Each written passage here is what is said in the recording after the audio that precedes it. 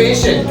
We are treating rigidity and stiffness. Can we treat Parkinson's? No. But we are treating the side effects, signs and symptoms of Parkinson's.